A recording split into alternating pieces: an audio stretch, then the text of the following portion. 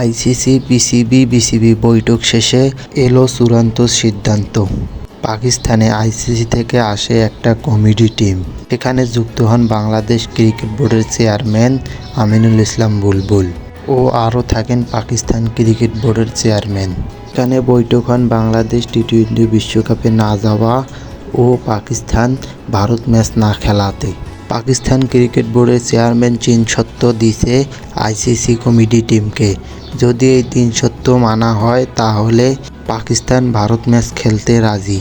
বাংলাদেশ টি-20 বিশ্বকাপ না খেললেও বাংলাদেশকে সব পারিশ্রমিক দিতে হবে। দ্বিতীয় প্রশ্ন হলো, ভারতে যদি কোনো আইসিসি টুর্নামেন্ট আয়োজন হয় তাহলে বাংলাদেশ যদি বলে ভারতে আমরা সিকিউরিটির কারণে খেলতে যাব না, আমাদের ভেন্যু চেঞ্জ করতে হবে, তাহলে বাংলাদেশকে ভেন্যু চেঞ্জ করে দিতে হবে। তাহলে ভারতের সাথে ম্যাচ খেলতে রাজি হবে পাকিস্তান। বাংলাদেশকে আইসিসি থেকে সম্পূর্ণ ক্ষতিপূরণ দিতে হবে। যদি জয়শাহ এই 3টা প্রশ্ন মেনে না নেয় তাহলে পাকিস্তান ভারত ম্যাচ খেলতে রাজি না।